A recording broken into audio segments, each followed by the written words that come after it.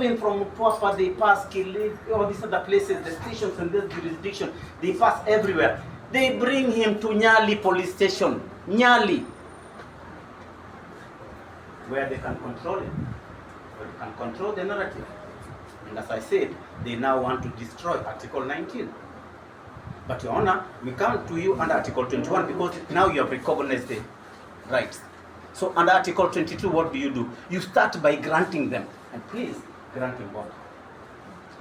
Article 23 makes us now stand here before you to oppose this application. Why? Because when we realize our fundamental rights are being curtailed, we come under Article 23 and Article 165 of the Constitution. The state is acting maliciously and selfishly. But then they throw dust in your eyes and tell you Article 24 and Article 25 rights that cannot be absolute. We know. But what about Article 27? Why are you choosing to discriminate against the respondents in this case? Why do you want to say that in terrorism cases they cannot have bond? Article 49 is clear. It does not specify which offense. It says one simple thing. A person brought before court shall be granted bond unless there are compelling reasons. That is all. Nothing to do with terrorism, robbery, rape, anything. A person before court in a criminal case shall be granted bond unless compelling reasons have been given. So let us start looking at the compelling reasons. They tell you what?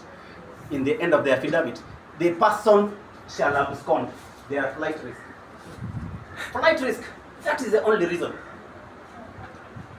Flight risk on a person who owns a hotel, Mombasa Pearl. He owns investments 6 billion worth.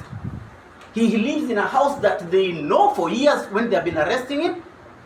And they tell you right now, he has no fixed abode. Okay. I'll give you the authority, Your Honor. Richard Alden David, and also the one of Dwight Sagarai versus Republic. What does the court say about somebody who they say want to abscond? The state must place material. It is the word, catchword, must. There is no probability, there is nothing. The word must. And that, in those authorities, says must be a ticket to abscond, preparation to run away, attempted to flee, or talking to people who are working with tour agents and such kind of thing in furtherance of that activity. But they tell you, no fixed abode and abscond. What then have they placed before you? Because that is the law. It has not changed. In the Dwight Sagarai case that I'm going to give you, the 2012 case, I'm person of the Venezuelan embassy, to say that he has no fixed abode. The court said you cannot say that the person has no fixed abode. You can be able to find out whether he has a fixed abode or he can get one. Can he do so? He doesn't need to. He has a place.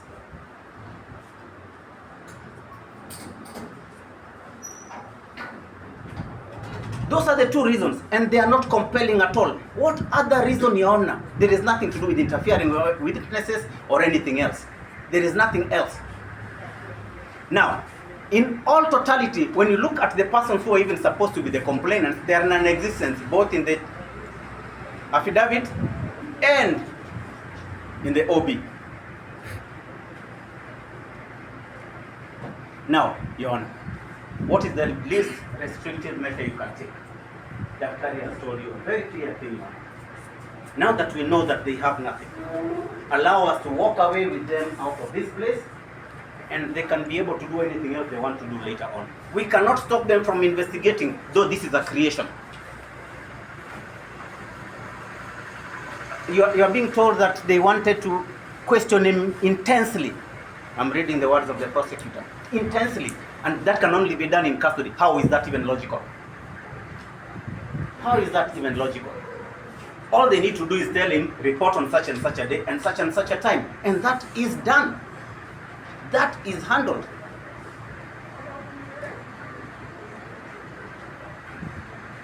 And you're being told now this is a matter that has national, it's a matter of security and terrorism is a bad thing and it has very serious, sentence.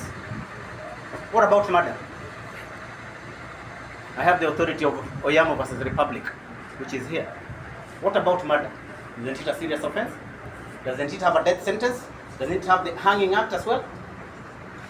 But those people are now out on bond. Did they abscond? No. Who was threatened to be killed does not exist. It is not in the OB. So what does that show you, Your Honor? A creation again. Is the state coming in good faith so that the quadruple test of a criminal case can come into question? I will give you an authority of Oscar Sudi versus Republic, whereby he said that if a quadruple test of law has to be put in place to deny an accused respondent bond, they must certify those they have come in bad faith and there is no victim. Those two of the quadruple are not there. So what does that put you in a position, Your Honor? That you give the least restrictive measures of denying an applicant bond. So as we destroy their case, as we show that there is no case and that it has been turned around, what had happened? The respondent is following persons who have knocked his car. And Your Honor, I do not even want to mention their names. It will embarrass the Republic.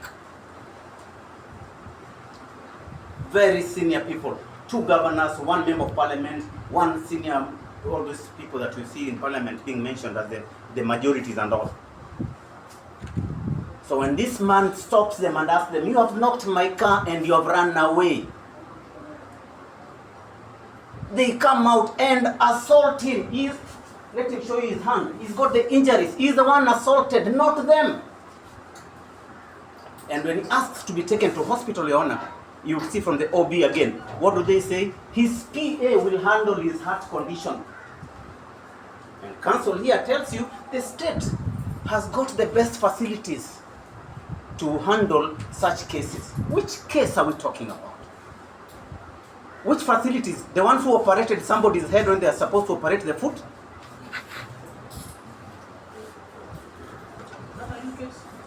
Yes? In this case, Your Honor? Yes, it's a real case, Your Honor. In Kenyatta Hospital, somebody's head was operated instead of the foot. It is existing. Yes, Your Honor. And those are the people now the state wants you to entrust this gentleman so they can operate his head. It was an accident. Those are the governors. Yes. Yes, sir. Now, Your Honor, let me go to Article 19. What does the law state about Article 19? The laws, the fundamental rights belong to an individual, not the state.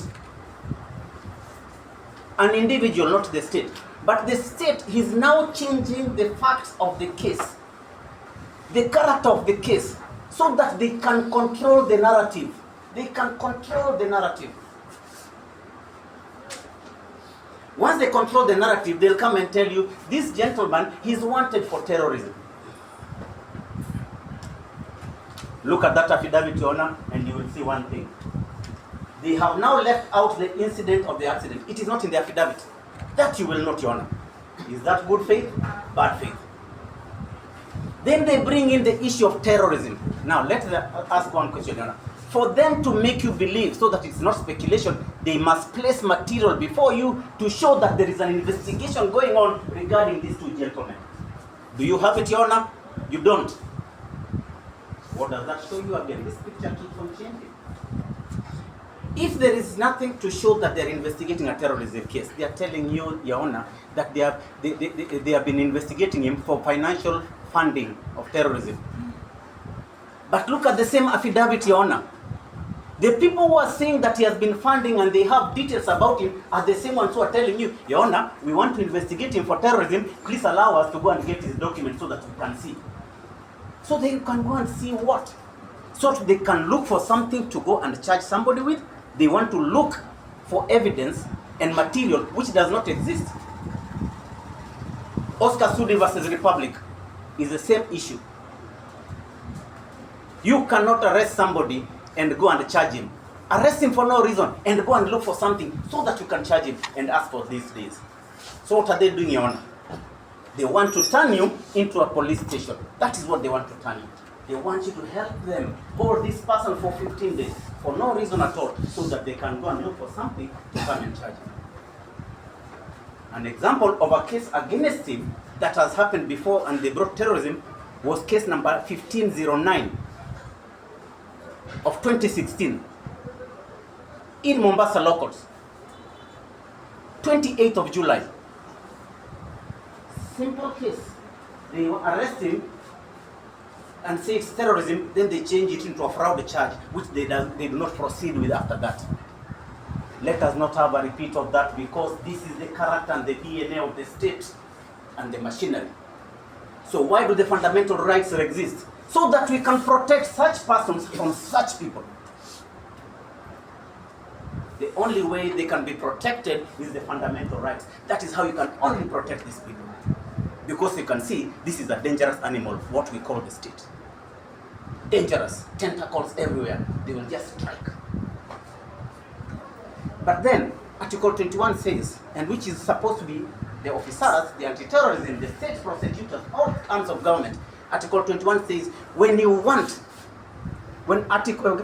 fundamental rights exist, what does the court need to do and all these are state arms? Start by wanting to grant. Start by wanting to grant. Trying to color things and make you see things to be much more serious than they are. But if you were to believe them, that there is something to do with terrorism, which you have not been told.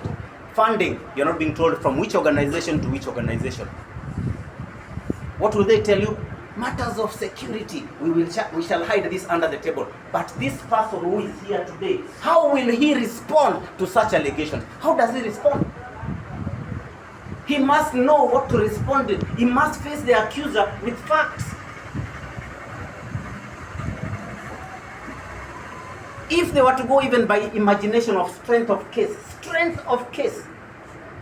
they have no case. But because they don't want him to report his case, shika yeye, weka yeye ndani ataongea maneno mbele. Yaona this is mbele. This is where we finish mbele.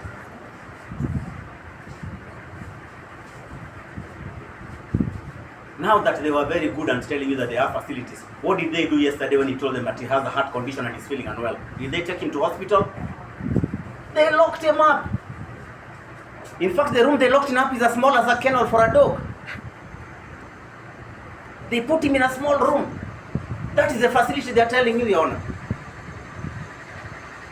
For a person who has helped children in school, and I have seen a report whereby some of the students that he had got A's, and he actually was showing me the A's that they have got. Is this a kind of person, Your Honor, with this antecedent that he has always attended, even when they harass him, he has always come to court, he has always reported for investigation? Is this the kind of person who has such antecedents? Is he the kind of person you want to lock in?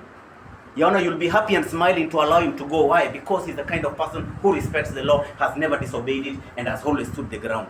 Have they ever convicted him, Your Honor, in any of those cases? No. Why? Because they have nothing. And as Dr. Amino has said, when they see his things, when they see his property, everybody salivates.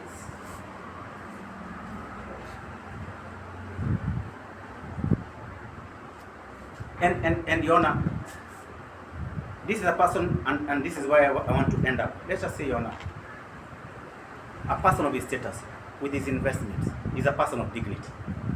He's a person who in this society we look up to, and as Dr. Amino was saying, when they see him, people are happy and all that. Why does Article 28 become very important to us in the issue of dignity? A person must be allowed to maintain his dignity. So they bring him here and they look for all these kind of people, and they bring the press and say, this man is a very bad man, so that he can look bad. Your Honor, maintain his dignity. Why? Allow him to walk out of here so that these people can be embarrassed. He can maintain his dignity. He's an investor. He has employed many people. He's doing many businesses. He has got people who look up to him. Give him his dignity. I know the prosecution wouldn't want to do that. They don't like it. But these policemen who are brought him to court, Your Honor, are the ones we trust. If you allow them to do this kind of activities, change cases, change titles, change things, change offenses, we still like them.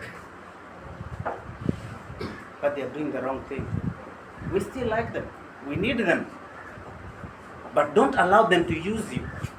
Because, me, as far as I'm concerned, this is from my personal experience in the courts. I have been before you in other cases, and I have seen you stand by the law. I have seen you uphold it, Your Honor. Never at one time have you ever wilted. Even when we have requested and cried and done all those things, you stood by the law. Please stand by this.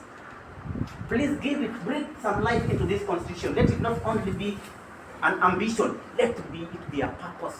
Breathe life into it. Let them know what Article 21 stands for. Let them understand it. If they cannot understand it, please, Your Honor, allow me to read for them, and I will explain. I will give them lessons for free. That is all I should say. Let me just give the authorities. Yeah, yes.